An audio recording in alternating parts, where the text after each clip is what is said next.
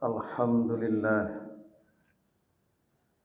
alhamdulillahilladzi khalaqal mauta wal hayata liyabluwakum ayyukum ahsanu amala. Asyhadu an la ilaha illallah wahdahu la syarika lahu wa asyhadu anna Muhammadan 'abduhu wa rasuluhu la nabiyya ba'da. Allahumma shalli wa sallim wa barik ala Muhammad wa ala alihi wa ashabihi wa man da'a bi da'watihi wa iltijam bi tariqatihi wa tarassama khitahu wa ja'ala al-aqidatan islamiyya li fikratihi wa ahkam syar'iyatan miqyasan li a'malihi wa masdaran li ahkamihi. Qala rabbi shrah li sadri wa yassir li amri wahlul 'uqdatam min lisani yafqahu qawli. Subhanaka la ilma lana illa ma 'allamtana innaka antal alimul hakim. Fa ya ibadallah usikum wa iyaya bi taqwallah wa ta'atihi la'allakum tuflihun. Kama qala Allah Ta'ala fil Qur'anil Azim.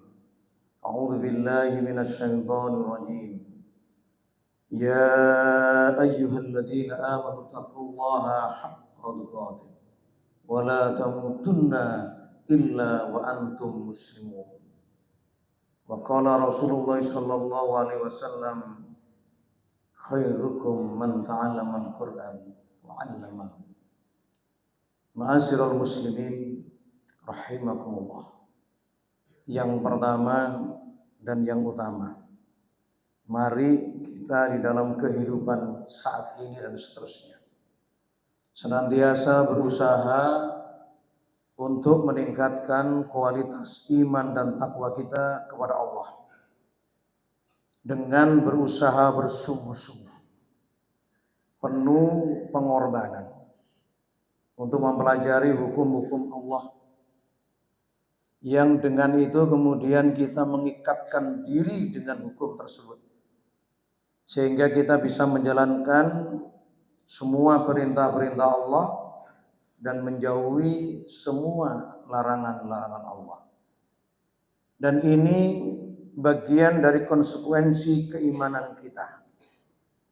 Allah memberikan kehidupan kepada kita, Allah memberikan rizki kepada kita, sekaligus Allah menjanjikan balasan-balasan kepada kita. Dan saat kita hidup di dunia, kita diperintahkan untuk tunduk taat kepada Allah. Kita diperintahkan untuk menjalankan semua perintah-perintah Allah dan menjauhi larangan-larangan Allah tanpa ada pilihan. Karena sesungguhnya dunia ini adalah ujian. Dunia tempat kita beramal, sedangkan akhirat adalah tujuan dari kehidupan kita.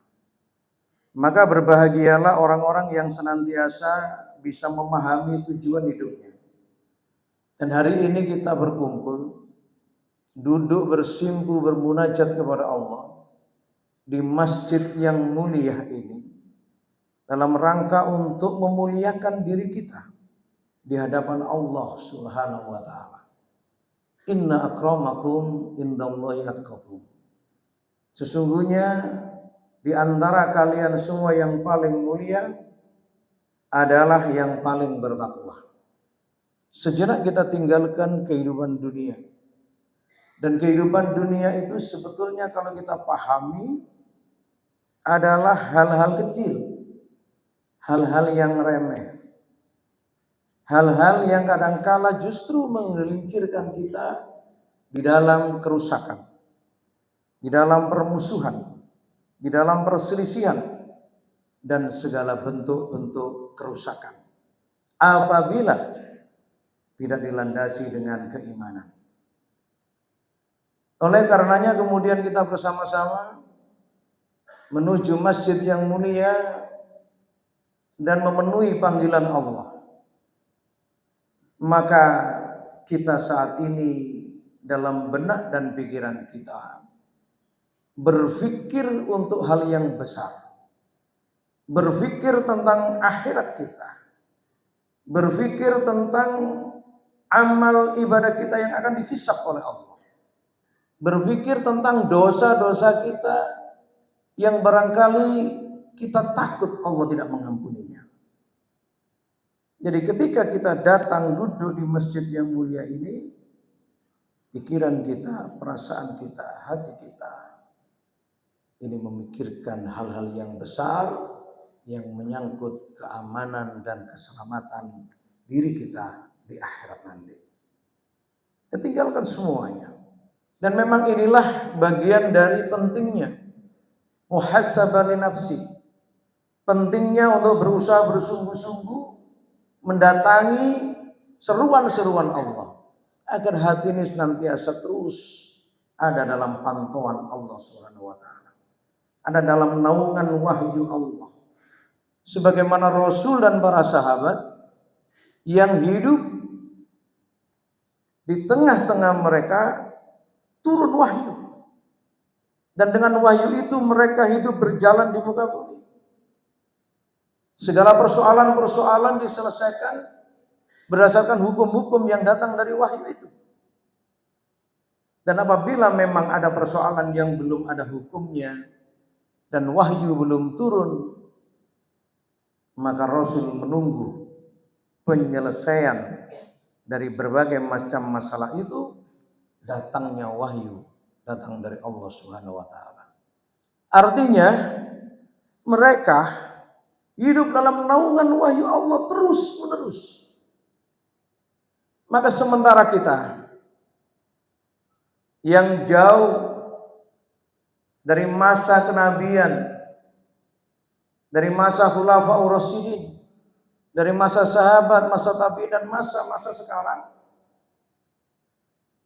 sebetulnya tidak ada bedanya. Sekalipun kita tidak pernah bertemu dan tidak pernah hidup di masa Rasulullah, tetapi sebagai seorang mukmin,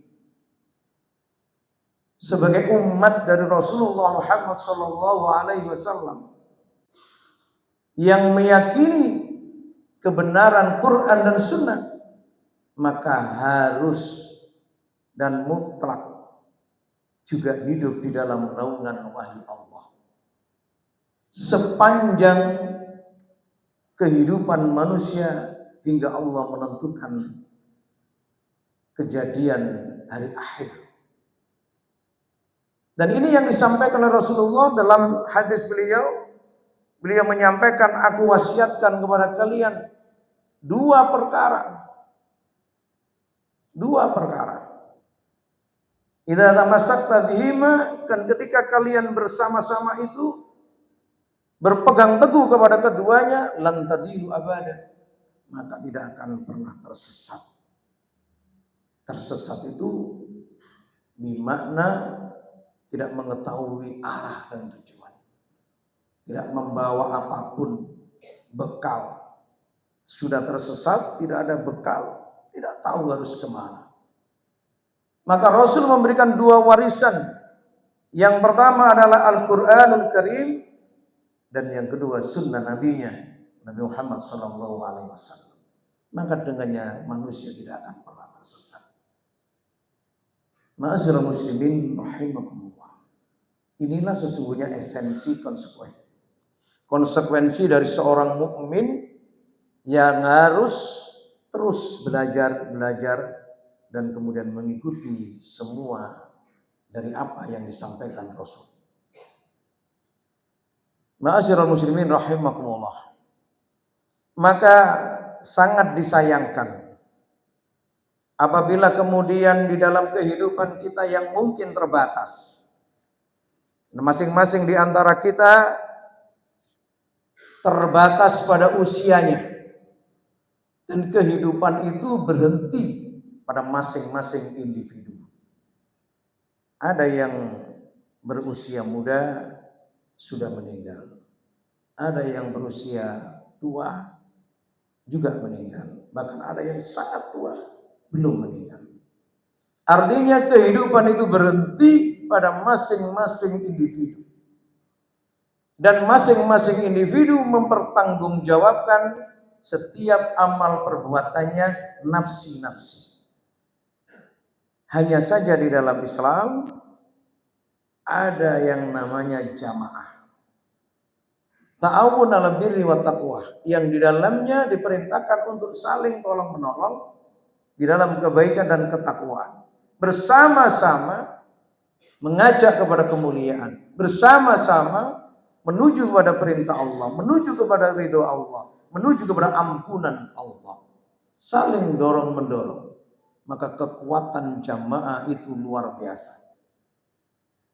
Banyak kisah ketika umat ini secara pemikiran terpecah belah, tidak berjamaah.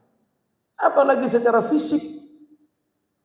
Berjamaah secara pemikiran adalah pemikiran yang bersama-sama mengajak pada satu tujuan.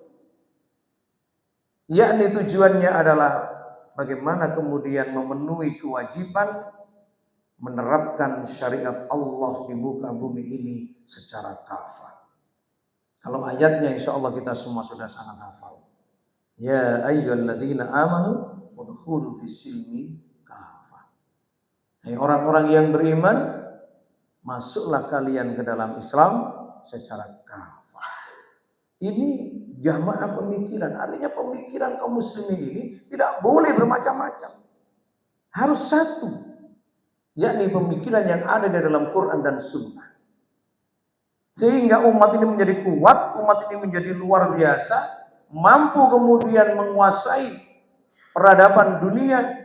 Bagaimana sakofah Islam itu mampu menjadi sakofah dunia, menjadi marja dunia, rujukan para ilmuwan. Bahkan kalau kita membaca sejarah, sebelum kebangkitan Eropa, Islam telah lebih dulu bangkit. Yang kedua adalah jamaah secara fisik. Berjamaah sholat setiap waktu dipanggil oleh Allah dengan seruan hayya 'alas sholat. Yakni mari, ayo kita laksanakan sholat. Dan disusul dengan panggilan berikutnya hayya 'alal falah. Dan mari, ayo kita menuju kepada kemenangan. Ini adalah seruan-seruan yang setiap saat 5 kali dalam sehari semalam Allah serukan agar manusia umat Islam mengerjakan perintah Allah, yang dengan mengerjakan perintah Allah itu manusia memperoleh kemenangan.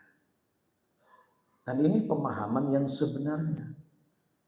Pemahaman yang seharusnya ada konsekuensi logis berbanding lurus keimanan, ketakwaan dengan kemenangan.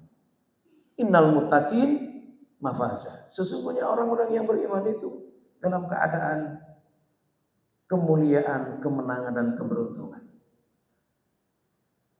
Maka pemahaman sebaliknya,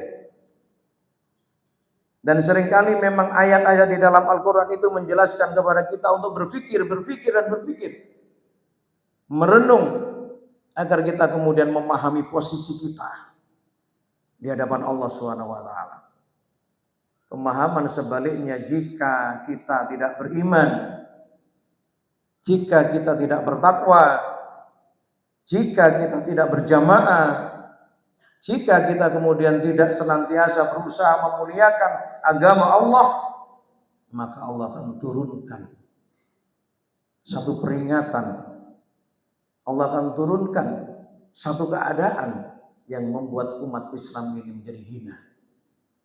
Yang menjadikan umat Islam ini tidak ada rasa kasihan. Sehingga sesama muslim kadang-kadang bertikai. Sesama muslim kadang-kadang adu argumentasi, bermusuhan. Sehingga persatuan itu semakin jauh. Na'udzubillah. Oleh karenanya, mari Allah menganugerahkan kepada kita sesuatu yang luar biasa. Dan kalau mungkin boleh kita tanyakan pada diri kita, Apa sesungguhnya yang paling berharga di dalam kehidupan kita saat ini? Apa yang paling berharga, yang paling memiliki nilai di dalam kehidupan kita?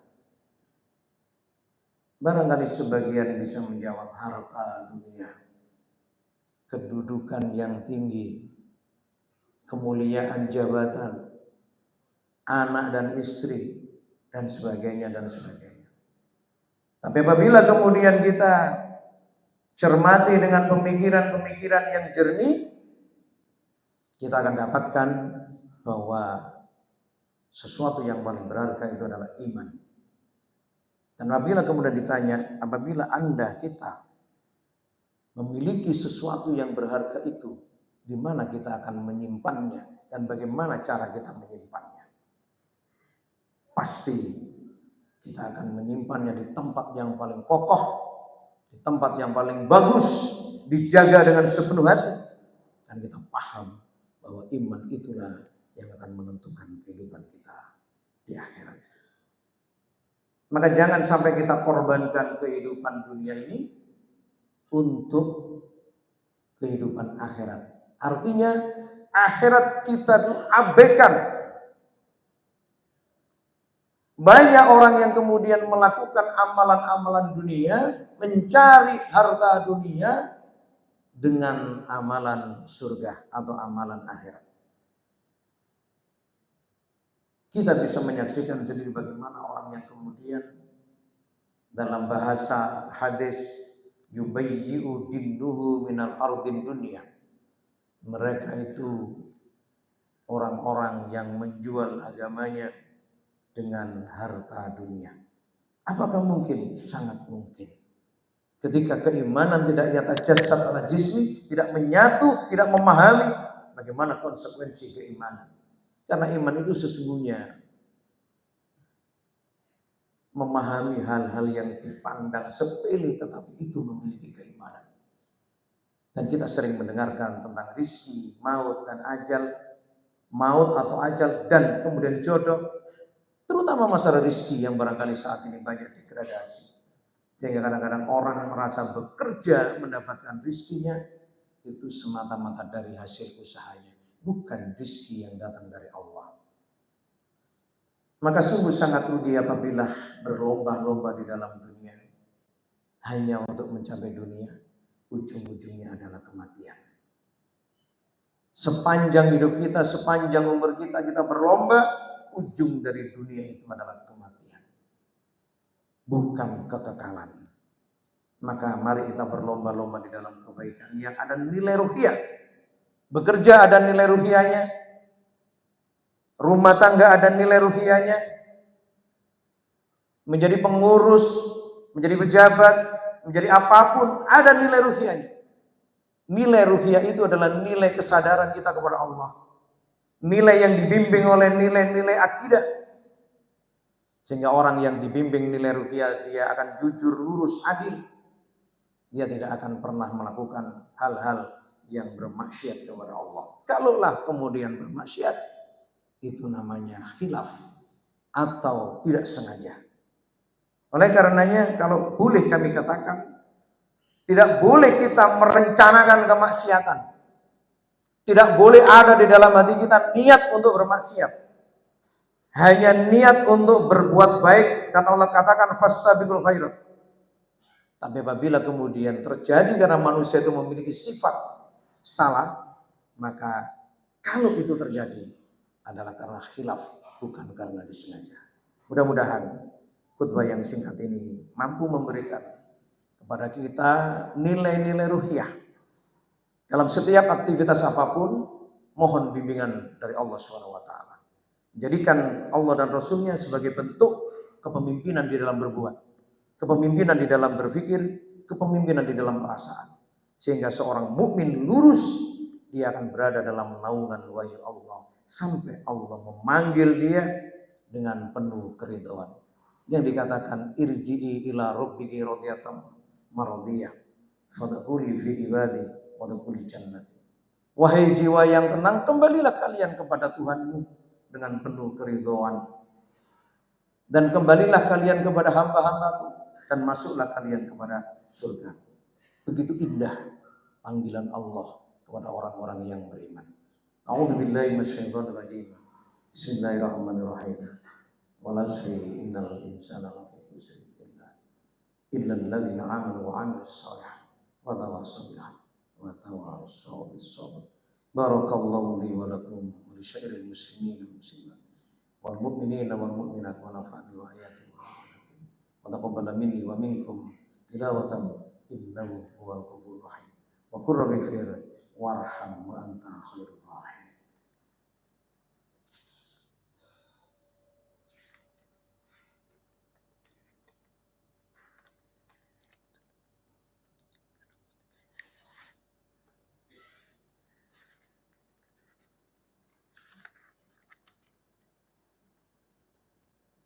Alhamdulillah. Alhamdulillahilladzi anzala sakinata fi qulubil mu'minin liyazdadu imanan ma'a imanihim.